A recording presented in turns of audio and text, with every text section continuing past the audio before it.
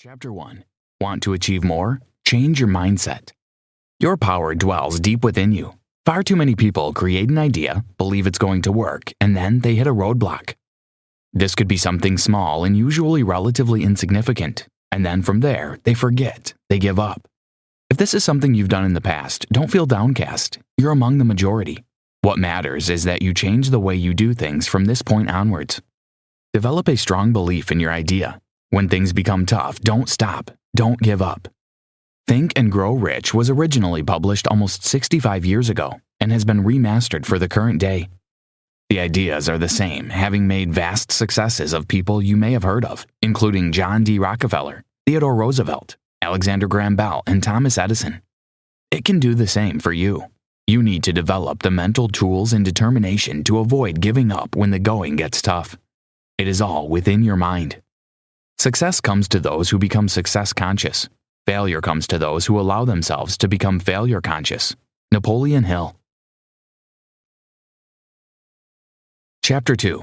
Unwavering desire is a crucial step to success.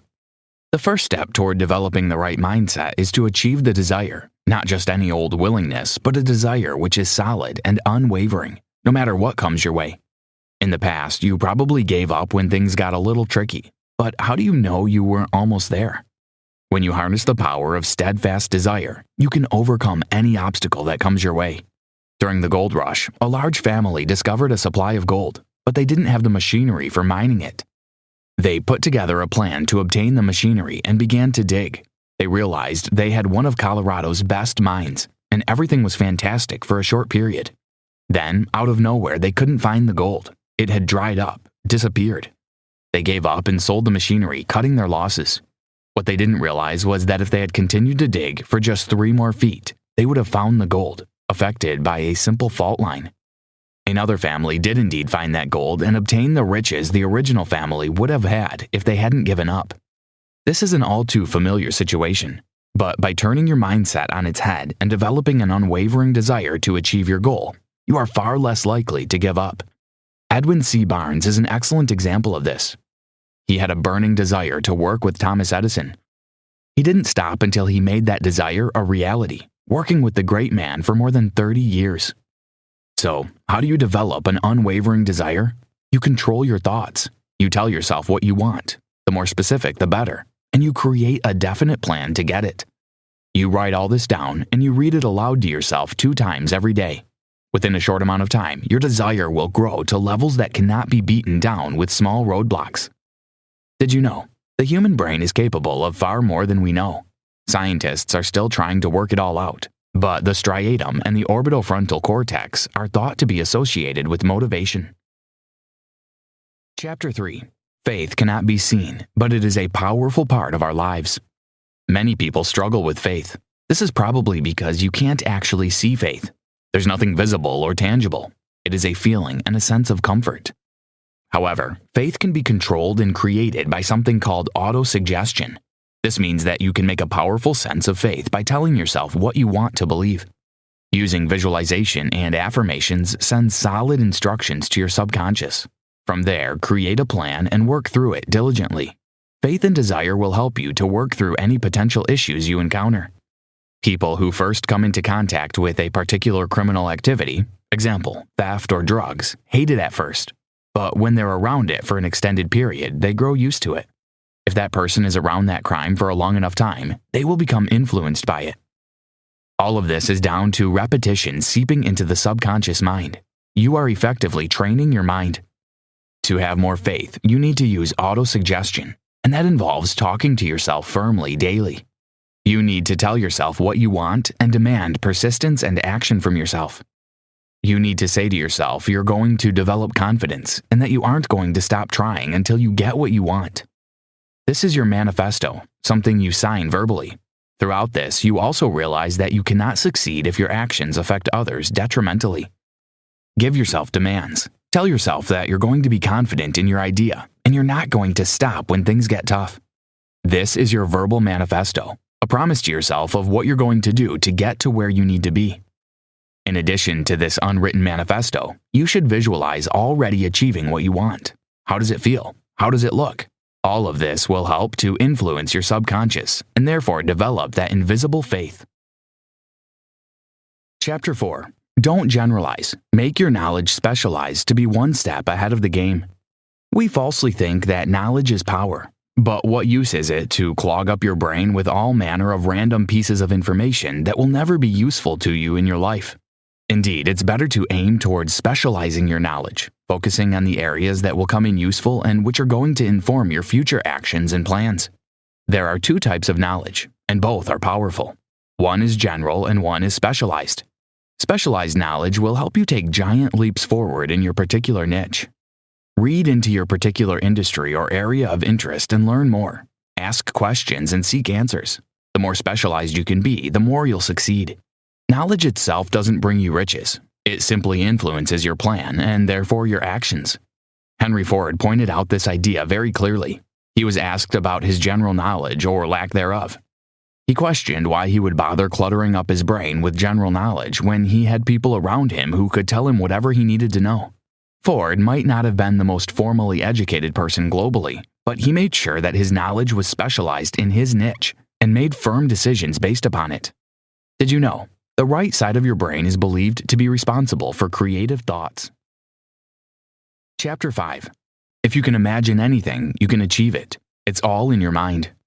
As children, we're always told to imagine and dream, but somehow as we get a little older, we stop doing it. If you want to achieve your dreams in adulthood, you need to continue imagining, but focus on it a little more sharply. Imagination isn't useless when you reach adolescence. You simply need to ensure that you focus your creative skills on areas that make sense to your goals. Your imagination is where you come up with ideas and make your plans.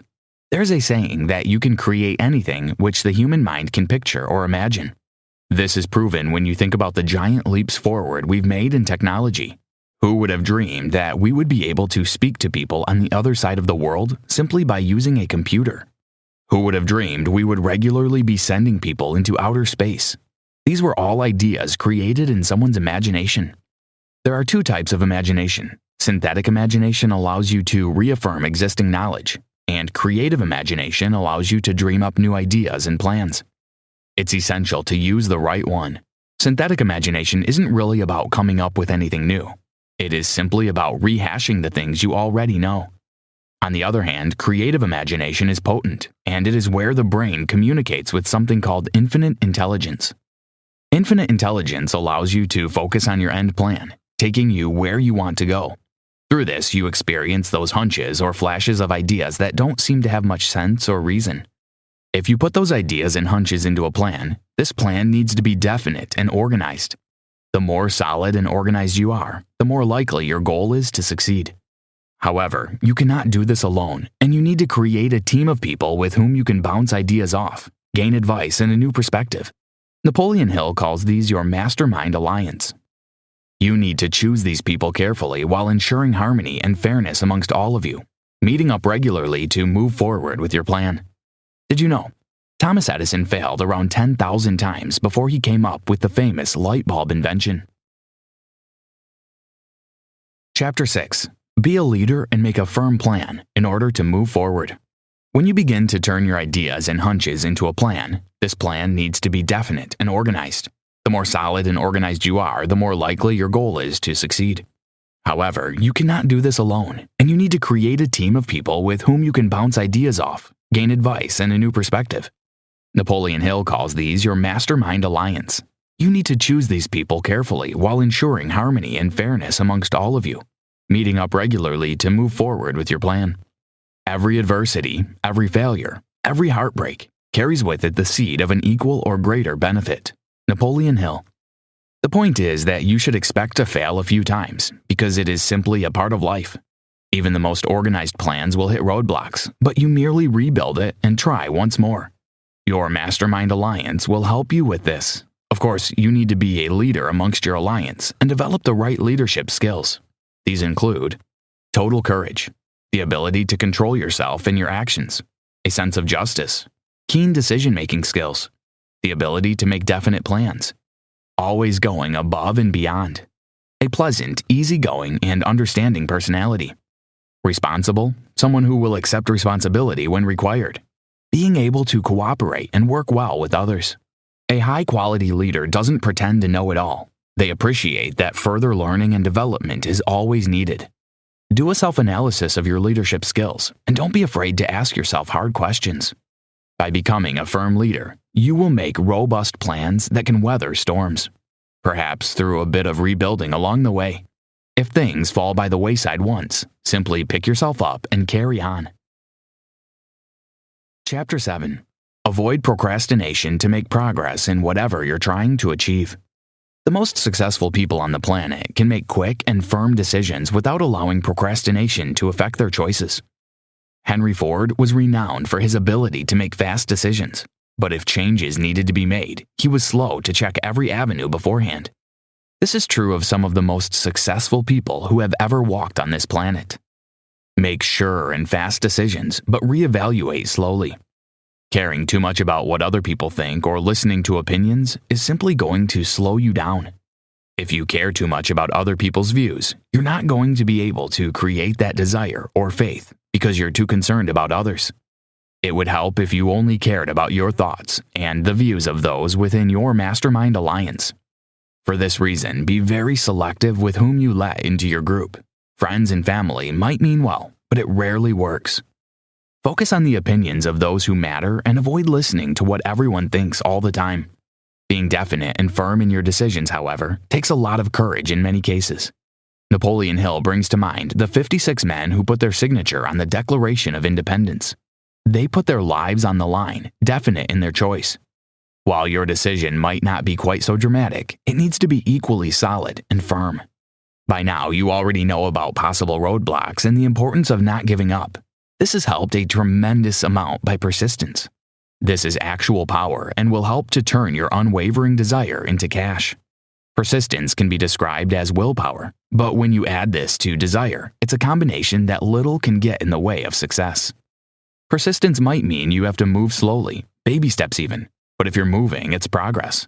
Persistence is developed via the following traits: having a purpose, a very definite one; desire, being self-reliant, making very definite plans; ensuring specialized knowledge, working with others, example, your mastermind alliance; strong willpower; creative, positive habits. Chapter 8. You can harness your sexual tension to create the ultimate power. Sexual tension is a potent emotion, but you can use that tension to your benefit in your effort toward creating monetary rewards. There are 3 main reasons for sex: to ensure the human race continues onwards, to ensure sound health, both physical and emotionally, to help transform regular ideas into genius ideas through transmutation. It is that 3rd reason which can help you to create a potent force. You're changing sexual tension or frustration and turning it into something positive and valuable in this context. This is called sex transmutation, and it means changing your thoughts about sex from a purely physical standpoint to something which can drive you onwards.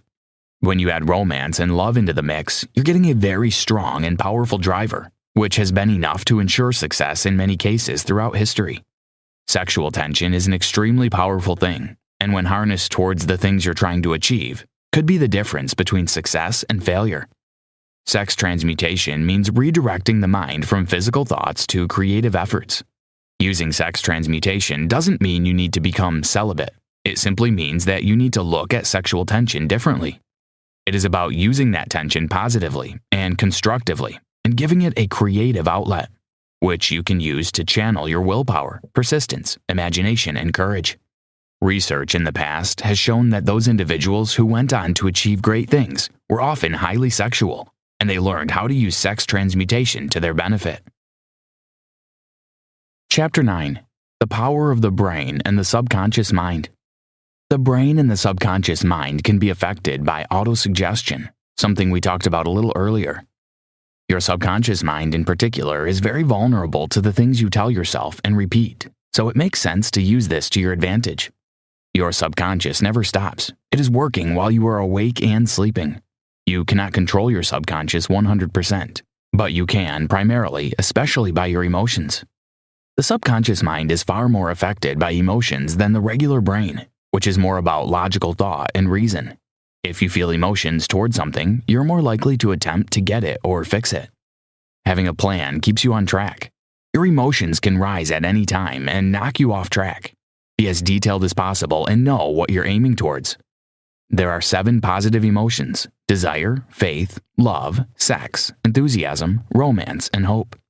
The subconscious mind is less under your conscious control and is often affected by your wavering emotions. Using the 7 positive emotions, you can create a positive mindset.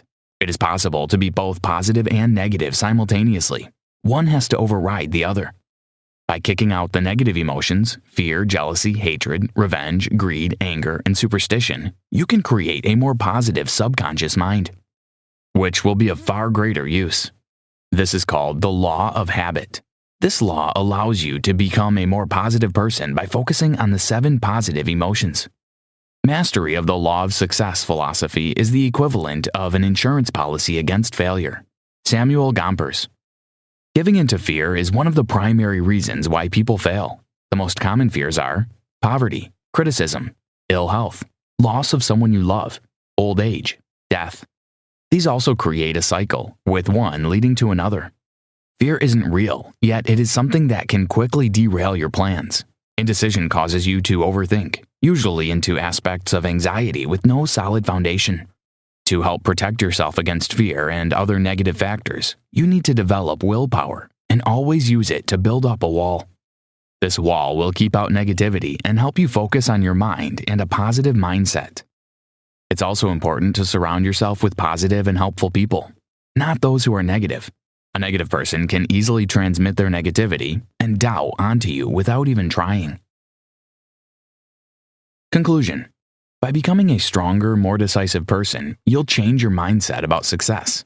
That means you're encouraging success to come your way. No more falling by the wayside when things start to become a little tricky. Instead, you'll foster the single-minded route towards getting what you want and becoming someone that others will admire and look up to as a result. Isn't that what everyone wants at the end of the day? Remember, changing your mindset doesn't happen overnight. This is a process you must dedicate time and effort to if you want it to work. You need to master each element entirely before moving on to the others. The whole process is a snowball effect, and as you master one section, it will lead strongly into the next. As you reach each goal, your confidence will grow quickly. All too often, we fall foul of our own negativity. It's easy to worry, panic even, and then start to overthink. This doesn't help your attempts at success and hinders them instead. Focus on becoming a stronger, more single-minded person. Trust yourself and work with a concrete plan. This will build your confidence and help you to achieve your lifelong aims. Becoming a successful person isn't down to luck. It's down to hard work and perseverance. These are things that anyone can encourage into their lives. It simply takes awareness and the ability to understand when current tactics simply aren't working. Take control of your emotions, create a plan, and start to move towards your goals in life. Try this. Use positive affirmations daily to build up your faith.